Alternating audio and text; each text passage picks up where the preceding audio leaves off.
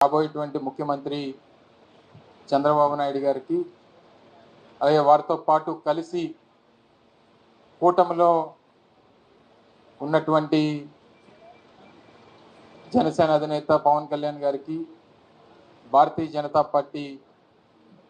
పెద్దలు పురంధేశ్వరి గారు, మిగిలినటువంటి వారి అగ్రనాయకత్వానికి వారందరికీ కూడా హృదయపూర్వకంగా శుభాకాంక్షలు తెలియజేసుకుంటూ, ముఖ్యంగా విశాఖపట్నం జిల్లాలో ఎన్నికైనటువంటి పార్లమెంట్ సభ్యులకు, శాసనసభ్యులకు వారికి కూడా ప్రజలు